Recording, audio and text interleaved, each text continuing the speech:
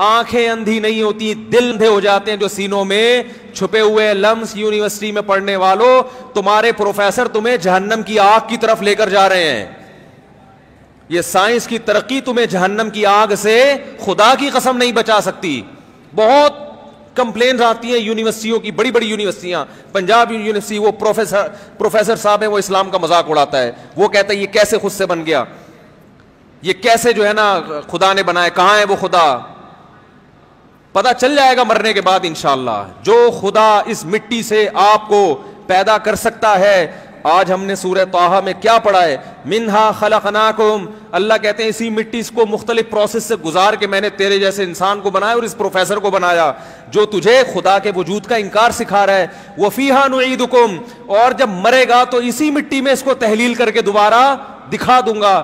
دو طریقے تم نے میری قدرت کے دیکھ لیے ہیں, ایک ابھی دیکھا نہیں ہے, وہ میں دکھا دوں گا. وَمِنْهَا نُخْرِجُكُمْ, اسی کو ریورس کر کے دوبارہ انسان بنا کے کھڑا کر دوں گا. یہ عجیب حماقت ہے, مٹی سے انسان بننا بھی مان لیا, انسان سے دوبارہ مٹی بننا بھی مان لیا. تو جو دو چیزیں مانتا کر سکتا ہے اس کے لیے تیسرا کرنا کوئی مشکل نہیں ہے, کوئی مشکل نہیں ہے اس کے لیے. تو ایک بت جو مٹی کا بنا ہوا ہوتا ہے وہ خود سے وجود میں نہیں آ سکتا. یہ مٹی سے خربوزے بن رہے ہیں, آم بن رہا ہے, انار بن رہا ہے, کیلے بن رہے ہیں, ناشپاتیاں بن رہی ہیں, انسان بن رہا ہے, اور پھر کبوتر, بلی, گائے, بھیڑ, یہ سارے جاؤ کھلونوں کی دکان میں, ان سے پوچھو یہ جو کھلونے والا شیر ہے یہ کتنے ارب خرب سال میں اتفاق سے وجود میں آیا. وہ کہے گا خربوں سال میں بھی ایسا کھلونا وجود میں نہیں آ سکتا. تو جو کھلونا وجود میں نہیں آ سکتا تو سچی مچی کا شیر کیسے وجود میں آ سکتا ہے بھائی. بہت مشکل ہے سمجھانا, لیکن ابھی سمجھ میں نہیں آ رہا تو وقت خود ہی انشاءاللہ سکھا. فرعون کی سمجھ میں موسیٰ علیہ السلام نہیں آ رہے تھے. قرآن آج ہم نے سورہ طٰہٰ پڑھی نا, وَلَقَدْ أَرَيْنَاهُ آيَاتِنَا كُلَّهَا, اللہ کہتے ہیں فرعون کو ساری نشانیاں دکھا دی میں نے, ہر طرح کی نشانیاں بتا دی جس سے اللہ کا وجود ثابت ہوتا ہے. مگر وہ موسیٰ علیہ السلام پر یہی طعنے کرتا رہا کہ موسیٰ علیہ السلام قوم کے پست آدمی ہیں, ترقی یافتہ نہیں ہیں. آج یہ یونیورسٹیوں کے وہ پروفیسر جو مذہب مخالف ہیں یہ کہتے ہیں مولویوں کو انگلش نہیں آتی, مولویوں کو سائنس کا نہیں پتا. تو اللہ کے بندو, اللہ کے وجود کو ثابت کرنے کے لیے سائنس کا علم ہونا ضروری نہیں ہے, عقل اور سینس ہونا ضروری ہے. سینس ہونا ضروری ہے.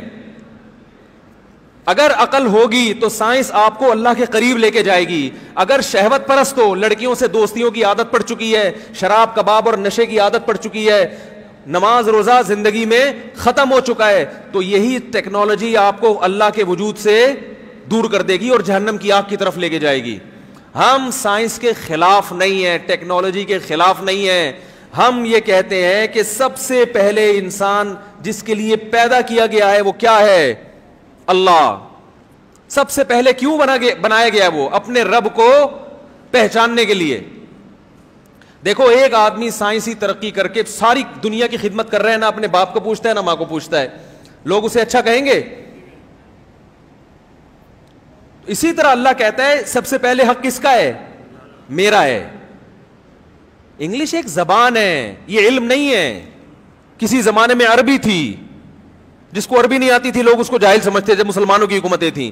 زبان ہے. اگر یہ علم ہوتا تو انگریزوں کا تو بچہ پھر پڑھا لکھا ہونا چاہیے. اس کی ویلیو اپنی جگہ ہے, میں اس ویلیو کا منکر نہیں ہوں, لیکن یہ کوئی کرائٹیریا نہیں ہے, معیار نہیں ہے. جیپنیز کو انگلش آتی ہے کیا؟ جرمن کو آتی ہے انگلش؟ اتنی غلط انگلش بولتے ہیں. ابھی ایک ازبکستان میں جرمن مل گیا تھا, اب وہ مجھ سے انگلش میں بات کر رہے ہیں. میں نے کہا بھائی اس سے اچھے تو ہمارے بچے بول لیتے ہیں یار. لیکن پڑھے لکھے ہوتے ہیں کہ نہیں ہوتے؟ زیادہ تر چیزیں تو ہم نے سنا ہے جرمنی اور فرانس میں بنتی ہیں. انگلش کی ویلیو کا میں منکر نہیں ہوں, لیکن آج ہماری یونیورسٹیوں میں ایسا ذہن بنایا جا رہا ہے پبلک کو علماء سے دور. کچھ لبرل لوگ علماء سے دور کر رہے ہیں, اور کچھ یہ جو قرآن و سنت کے نام پہ جاہل پلمبر قسم کے لوگ آ کے یوٹیوب پہ بیٹھ گئے, یہ علماء سے لوگوں کو کیا کر رہے ہیں؟ دور. تو یہ سب جہنم کی ایندھن کی طرف تم کو لے کر جا رہے ہیں. یہ سب جہنم کی آگ کی طرف خود بھی جا رہے ہیں اور تمہیں بھی گھسیٹ رہے ہیں.